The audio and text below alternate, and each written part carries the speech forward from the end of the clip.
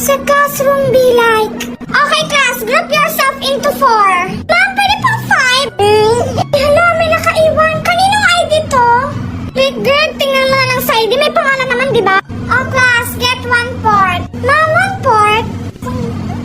Okay class, may project tayo. Any color, basta blue. Ah, ma'am, labas! Hala, umiiyak ko. Okay class, copy this one. Ma'am, isusulat? Eh, hindi. Sige, memorize mo kung kaya mo. Oh class, bukas na yung Christmas party natin. Ma'am, kailan? Diyos ko na, next year na lang. Gusto mo yun? Uy, pre. Ano sagot mo sa 1? Oo, pre.